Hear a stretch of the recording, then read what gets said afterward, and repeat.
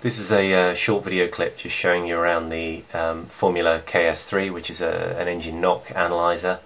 Here's the device. It actually comes as part of a kit, so that includes the knock sensor, signal cable, and also a power supply. The device here comes in an aluminium box, and we have an LCD display screen just about here, which I'm not sure you'll be able to see. Behind here is a bright white LED, which is part of the warning system.